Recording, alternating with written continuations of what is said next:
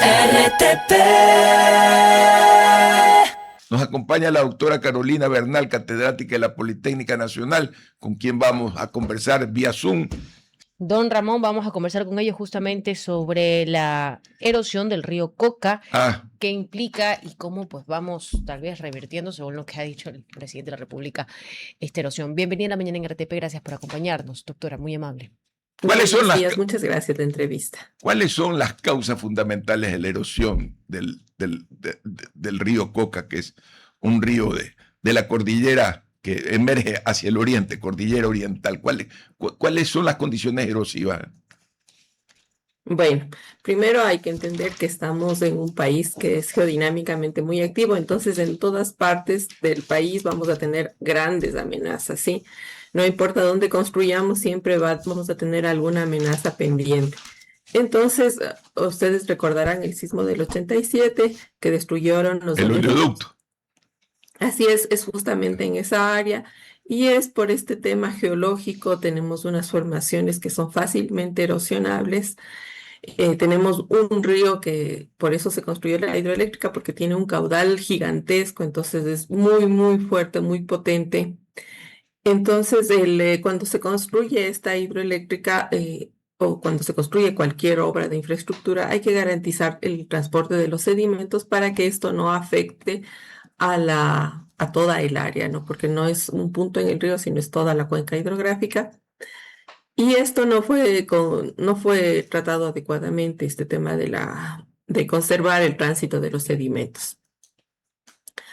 Ahora nos enfrentamos a una época invernal, ¿sí? Cuando hay las épocas invernales, esto es cíclico. Cada año ven que nos sentamos a conversar sobre lo que está pasando con el río Coca. Es que regresa el invierno, regresan las aguas, regresan los caudales altos y la erosión se acelera. Y es necesario comprender el fenómeno en sí para poder buscar una solución. Ahora, hay fenómenos que afectan las cuencas hidroeléctricas, digamos los sistemas hidroeléctricos.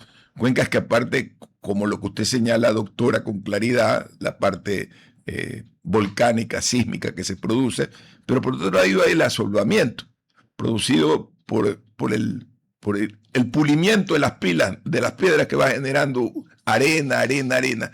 Y gran parte de eso se debe a la deforestación generada en muchas partes, sobre todo yo le hablo de la cuenca occidental, de la cual conozco bastante, porque defiendo todos los días la cuenca del Guayas y sus afluentes. ¿Cómo resolver ese problema también? La arenización que tiene el lado que usted está señalado, doctora. Bueno, justamente por este tema del asolvamiento de los embalses, es que se tienen diferentes tipos de hidroeléctricas, ¿no? Hay dos tipos de hidroeléctricas, ¿no? Una como la de Pauta-Mazar, o las que tenemos en la cordillera occidental, y otro tipo es la del Coca-Codo-Sinclair. Esta es una central de pasada, entonces supuestamente aquí no se debía haber formado un embalse y no debíamos haber tenido el problema de asolvamiento, porque se utiliza el caudal de pasada. Sin embargo, tuvimos un problema en el Coca-Codo-Sinclair porque no se garantiza, como le digo yo, el tránsito de sedimentos. Y ahora sí tenemos un asolvamiento ahí, bueno, digamos, la formación de una acumulación de sedimentos. Y claro, en la cordillera occidental, hacia la costa, es muy diferente a lo que sucede en el Coca-Codo-Sinclair, porque como usted dice, sí es la actividad humana la que está contribuyendo a la erosión y al asolvamiento, eso es seguro. Pero hay que tener cuidado cuando se analiza, hay que analizar cuenca por cuenca. Entonces, los desafíos que presenta cada cuenca son distintos, ¿no? En la cuenca del río Coca, ahí más bien tenemos zonas en las que son tan difícilmente accesibles que no hay una alta actividad humana, ¿no? No, son unos poblados muy pequeños. El asolvamiento existe con hombre o sin hombre, o sea, el desplazamiento, porque es parte de la naturaleza. El punto es que el ser humano los acelera. básicamente Exacto. cuando tala, cuando dinamita, cuando hace un algo. Adelante, Jorgito, adelante. Doctora, yo quiero que nos ayude a poner en perspectiva este problema. Actualmente la erosión del río Coca, si mi memoria no me falla, está aproximadamente a 3 kilómetros de la represa justamente donde generamos electricidad. ¿Qué puede ocasionar que la erosión del río continúe y cada vez se acerque mucho más? Y quién sabe, Dios no quiera, que justamente ya toque nuestra planta generadora. ¿Qué podría ocurrir? Bueno, primero tenemos que pensar que siempre se están proponiendo actividades, obras para ralentizar, frenar, no vamos a poder frenar la erosión, se ralentiza, se baja la velocidad de erosión del río. Sí, entonces, desgraciadamente, tuvimos la pérdida de este dique permeable, que era una de las obras que se habían planteado para Contener. ralentizar esto. Entonces hemos perdido tiempo y dinero y cada vez la erosión se acerca más a la hidroeléctrica. Y dentro de este, no solamente acercamiento de la hidroeléctrica, también usted decía algo importante, hay efectos definitivamente que son propios de las corrientes que ocurren justamente en la zona. Veía y revisaba notas de prensa, hay la destrucción de viviendas también que se han provocado debido a esto. Algo, el primer mandatario y ministros también que conocen de la materia hablaban de posibles soluciones, pero ¿cuál es la más efectiva y la que podría ayudarnos frente a algo irreversible? Bueno, en primer lugar, desde un inicio del fenómeno que fue en el 2020, Ujú. se habló de la construcción de un túnel que ayude a movilizar estos sedimentos que están atrapados aguas arriba de la captación. Sí, eh, era una medida digamos que es una medida que ha sido probada en otras partes del mundo. Sin embargo, no fue utilizada y ahora tenemos que la erosión está a 3,6 kilómetros. Eso significa que cualquier obra que construyamos va más abajo de los 3,6 kilómetros, va a tener siempre este problema de que el lecho del río va a estar bajándose, entonces es como que no tiene un sustento, no tiene un pie la obra donde sostenerse. Se elimina el cauce, en resumen. Se pierde cauce. Se profundiza, no se elimina, se profundiza. ¿Se profundiza o disminuye la profundidad? No, aumenta, se va más abajo. Okay. Cuando nosotros vamos allá, lo que vamos a ver es que es un cañón profundo. Sí, cada vez da más miedo ir allá. Da miedo. Da miedo. Lo que posibilita cualquier tipo de obra que se pueda hacer hoy para poder detener esta erosión regresiva. Sí, nos dificulta muchísimo cualquier obra en este momento, porque en el área donde está el frente erosivo, tenemos un tipo de rocas que es muy fácilmente erosionable. Y prueba de esto es que el dique... ¿Qué clase de piedra es la que tienen en ese lugar? ¿Es caliza? ¿Qué tipo? Se llama sedimentos fluviales y de lago. Entonces tienen una calidad así como son muy, muy finitos, una sensación muy finita al tacto. Y por lo tanto, cuando viene una crecida, le va a pulir rápidamente, le va a romper. Y además el cauce o el valle del río es muy ancho, entonces lo que va a dificultar muchísimo cualquier obra porque vamos a necesitar construir algo muy, muy grande y el río está formando estos meandros, estas curvas, ¿sí? Entonces es mucho más difícil la construcción, ¿no? Para este tipo de ríos. En cambio, del punto del 7,8 para abajo, el río es uno solo, ¿no? Si usted pone una fotografía de 1960 aérea o 50 y lo compara hoy con los meandros contemporáneos que se han producido en el río Coca, ¿cuánto ha variado el río?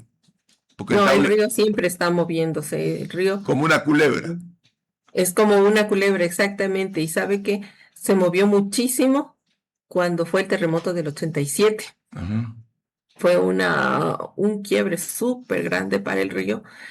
Y ahora estamos viendo que también ese cambio está dándose a partir de la construcción de la hidroeléctrica. Estamos viendo también unos cambios muy profundos y eso es debido a este transporte de sedimentos que se vio interrumpido. Ahora, yo le preguntaba sobre estas posibles soluciones que se planteaban, pero la que se había puesto también, que es sobre este dique que termina colapsando, ¿fue concebido mal? ¿No se previó lo que podría ocurrir? ¿No se hizo los estudios necesarios? ¿O definitivamente ya esto demuestra que no hay nada que hacer? Era, desde un principio de este fenómeno, en el 2020, SELEC encargó un estudio fluviomorfológico. Eso quiere decir, es un modelo de cómo va a evolucionar el río. Entonces sabíamos que era un caso muy difícil y este estudio se ha ido actualizando. Hay 2 actualizaciones más en el 2021 y en el 2024, en el que con los datos nuevos que va aportando el río, entonces ya vamos teniendo más certeza de lo que va a pasar. Entonces, en este último estudio de SELEC se dice que no hay que construir uno, hay que construir 4, porque es un sistema en el que es como hacer unas graditas en el río que va a permitir disipar la energía, que no sea tan erosivo el río. Sin embargo, también se advierte en el mismo estudio que de hacerse uno solo se corre el riesgo de que se acelere la erosión al pie del dique y este fase. Entonces, otra vez se evidencia este divorcio, como digo yo, entre técnicos y tomadores de decisión y se decide hacer solo uno, ¿sí? Entonces, uno y además el problema grave que tenemos nosotros, así ya como seres humanos, como humanidad, es que estamos en cambio climático y que con cambio climático este tema de predecir el comportamiento climático es muy incierto, ¿sí? Nosotros podemos decir que nuestros modelos nos dicen que este tipo de crecidas van a ocurrir cada 5 años, pero no, ahora ocurren varias veces cada año. Entonces, esto sí aporta una incertidumbre muy grande a las construcciones y en este momento es un desafío grandísimo para nosotros como humanidad el construir con esta incertidumbre. Una pregunta de cajón. ¿Cuánto de riesgo tiene hoy día la presa Coca-Cola Sinclair? ¿Cuál es el riesgo? Bueno, mediano, bajo, porque ya habíamos hablado ya algún tiempo atrás, ahora pierdo la noción del tiempo, no recuerdo los 5 o 6 años, de que primero la presa... 6 años ya estamos. 6 años, ¿verdad? Que hay un riesgo y que el seguro está subestimado y que en el caso de pérdida total de este tema, creo que no se alcanzaban los 700 millones, o sea, tenemos descubierto el resto. ¿Cuánto es el riesgo, la probabilidad de un siniestro elevadísimo, que más de darnos energía, nos perdamos esa infraestructura con una culebra tan complicada como el río Coca? Sí, bueno, hay que decir que en estos momentos las obras que se han planteado, todas las obras han fallado. Solo nos queda una última esperanza, o sea, una infraestructura que está hecha casi al pie de la hidroeléctrica, que fue planteada desde un inicio, desde el 2020 que comenzó este fenómeno. Esa es una infraestructura ya que está hecha y va a ser, es la que nos da una esperanza de tener una respuesta ante este fenómeno erosivo. Sin embargo, sabemos que... ¿Cuál es esa obra, doctora? Doctora Bernal. Se llaman pantallas de jet grounding, que se hizo al pie de la hidroeléctrica. Eso fue en el 2020 y con una inversión considerable. Y esperamos, esa es la defensa que tiene el río. Sin embargo, hay que tomar en cuenta que la actividad del río algún momento va a hacer que falle también esta pantalla de jet grounding, y es por eso hay que seguir trabajando con los ingenieros, porque yo soy geóloga, no soy ingeniera.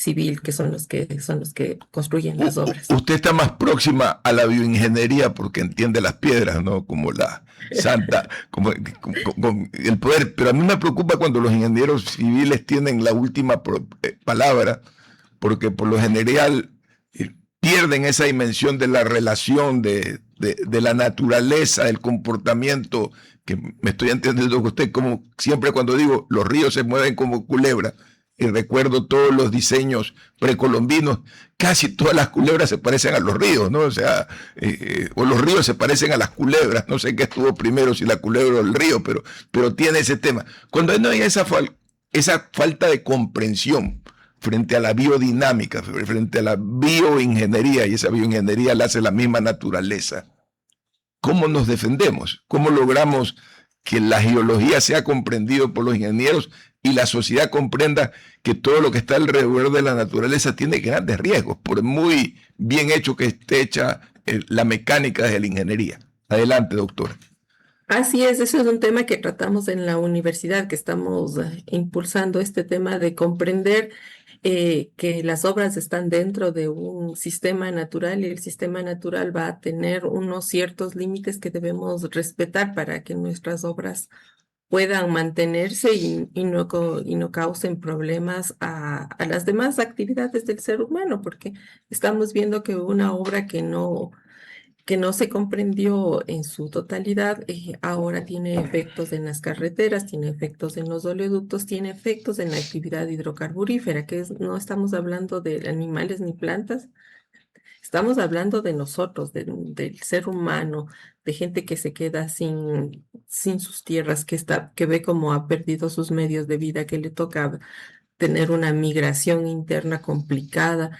Entonces, este es un tema que se debe comprender los ingenieros civiles. Bueno, estamos trabajando en eso, en comprender este fenómeno para encontrar las mejores medidas de construcción. Doctora Bernal, quedamos infinitamente agradecidos con su interesante diálogo. Una gran mañana y un abrazo a la distancia. RTP